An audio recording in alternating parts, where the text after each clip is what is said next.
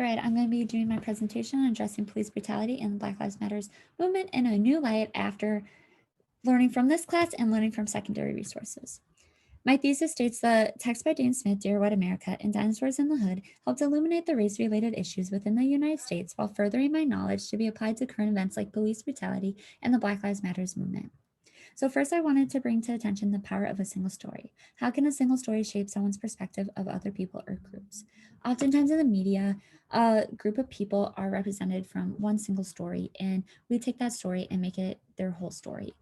This is really unfair because as humans, we have lots of other parts to us. We're very complex, and taking one part and making it our whole being and who we are is not fair, and as we've seen, can cause a lot of problems in America. Second, I want to address community. What is a community and why is it important? Community is a group of people who have similar backgrounds, beliefs, interests, and it's really important because it gives you a sense of belonging and identity. And oftentimes you can lean on these people because they are going through similar things and they have similar experiences. But this community can cause a lot of problems when it's judged on that single story, and especially in America, we see this today. America is a single or community, and we have a lot of communities inside of it.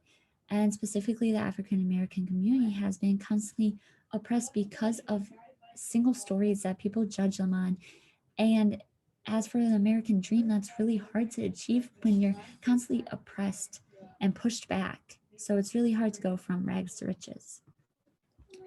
So I want to highlight White America by Dane Smith. He states, I want the fate of Lazarus for Renisha, want Chucky, Bo, Meech, Travion, Sean, and Jalea, risen 3 days after their entombing, their ghosts regifted flesh and blood, their flesh and blood regifted their children. This really highlights the police brutality.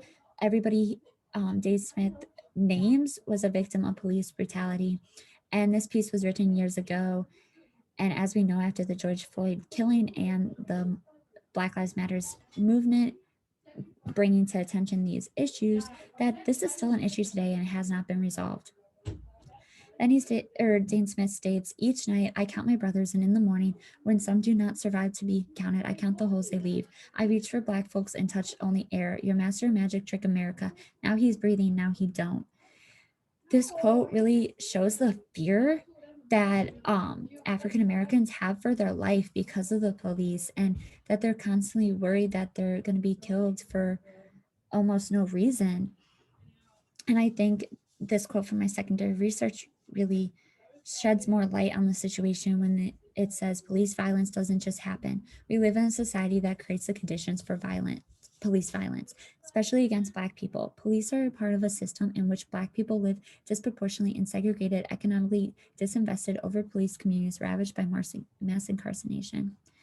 I think when they said we live in a society that creates a condition for police violence, really brought to attention how these single stories we judge the African American community off of, and it creates this image of them that the police run with and ultimately end up being inflicting violence. Second piece, Dinosaurs in the Hood, Dane Smith states, this movie can't be a metaphor for Black people and extinction. This movie can't be about race. This movie can't be about Black pain or cause Black people pain. This movie can't be about a long history of having a long history with hurt. This movie can't be about race. Oftentimes today, when there are African Americans in films, it's focused on their long history of oppression. And yes, the past is very important to focus on and learn from, but I think today we need to focus on how we can do better and how we can change what we did in the past to make it more right today. Dane Smith also states, no bullets in the heroes, and no one kills a Black boy, and no one kills a Black boy, and no one kills a Black boy. Oftentimes in movies, African Americans are the ones who end up getting killed, and this sheds light on today when they are the ones who are killed, often by police, often just because of their race. And then another secondary source I found states 1 in 1,000 Black men can expect to be killed by police. This gave me a sense of fear for my African American friends.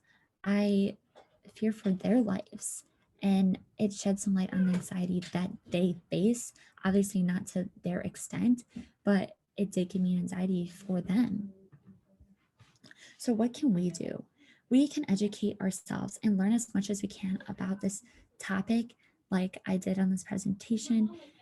And we can also ask others how we can be an ally to them and how we can support them.